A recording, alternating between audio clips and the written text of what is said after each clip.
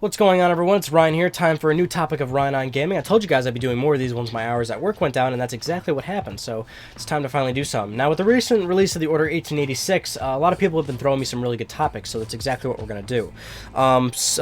This one guy on my PSN friends list gave me a really good topic. This comes from FaZe K9. He says, "Hi, Ryan.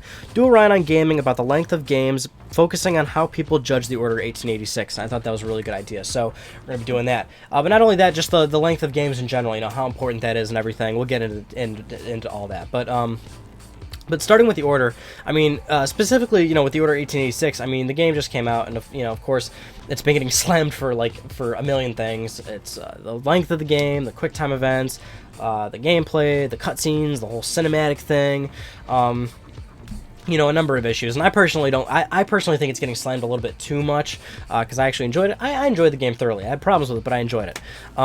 But that's neither here nor there. The point, the big contingency that people have with the game is that, it's 6 to 8 hours long. 6 hours if you rush through it, 8 hours if you take your time, which that's a very true thing, you know what I'm saying? That's not, false by any means. It is a relatively short game, but of course, it's getting slammed for that, and I don't feel that that's necessarily appropriate, or at least for the reason that it is getting slammed for it.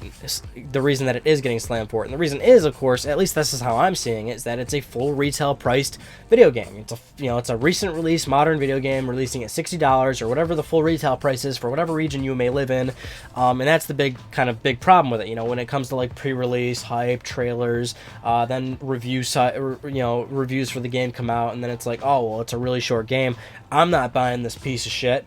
And it's well, it might not be a piece of shit. It's just that in your eyes, it's not worth paying $60 for. And this goes back to a topic I did, another Ryan on Gaming episode, which is, should game reviews consider price for a game? And I feel very strongly about that topic, and that is no, absolutely not. You should never consider price in a review. And most game sites don't consider price into the review, because it's an unfair sort of way to judge a game, you know what I'm saying? Because a price is something that's going to change. I don't want to stay on this too long, but price is always going to change. It's not the reviewer's job to tell you what price to buy it at. It's just their job to tell you if the game's good or not.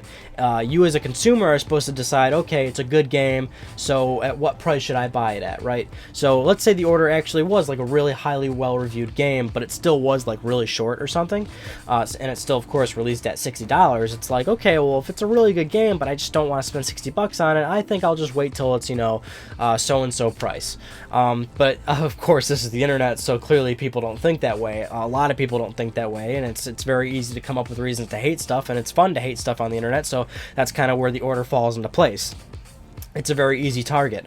Now, let's say the Order is very much still what it is. It's kind of a mediocre to bad game for a lot of people, but it released at, say, $20. I think a lot of people would totally have bought the Order at $20. Even if it was the same exact game it is now, people would totally go for it.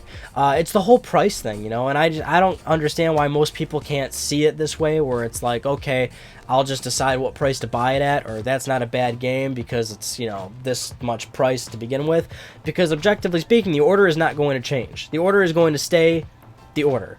It's not going to get more gameplay added to it. It's not going to get its cliffhanger ending taken out. It's more than likely going to stay the exact same game. But I can guarantee you in 6 months, the game's going to be less than $20, maybe in the next 2-3 years, free on PlayStation Plus, you know what I'm saying? And that's when it becomes totally worth playing to people. And then people will play it that far down the line, and they'll go, I really enjoyed the Order. It sucks that it got all those bad reviews. And it's well, it's because you know what I'm saying?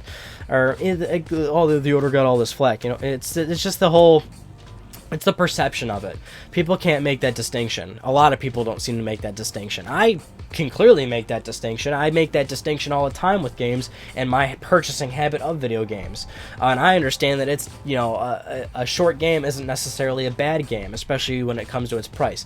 But, then let's take price out of the equation for a second. One person asked me in my review for the Order, how come you didn't touch too much on the length of the game and whatnot? And I found that the length of the game wasn't an issue when it comes to how well the game is doing what it's trying to do.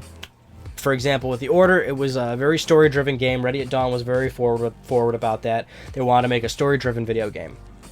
I felt, even though it was like 6-8 hours long, it told its story pretty well. It had decent character development. I was very much so engulfed in the kind of the world they were creating and everything. I felt it was good, even though it was a short game. So therefore, length didn't feel to be much of an issue for me. Whereas, say, a game like Infamous Second Son. Infamous Second Son, you can finish that game in about 5-6 hours. And that's where the length of the game is a problem, not because of its price, but rather because there's like no character development at all in that game. It feels like it's moving way too quickly. You have no time to get comfortable with the powers you're introduced to. It seems like every like 2 missions you're getting introduced to a new power, so it just is moving too fast, and then you get to the last mission before you even know it. Whereas the Order, it really builds up to it nicely. You can feel that the ending's coming. You have plenty of time to get comfortable with, the weapons that you're introduced to and everything. That's where, regardless of price for both of those games, that's where length, even though they're both short games, one can do it the right way, one can do it the wrong way. Vice versa, a game could be like, super long and just, completely fall apart with the things it's trying to do. Whether it's trying to introduce you to, like, battle mechanics or whatever mechanics the game may have. The story development, character development, those games can totally go wrong in that way too.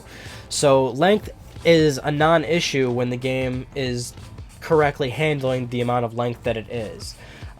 So a game can be short, a game can be long, a game can be, right in between, like a sweet spot of 15-20 hours, as long as it's doing it right. You know what I'm saying? Also, I'm well aware that my PS4 has been like kind of falling asleep in the background. I like having it nice and bright back there.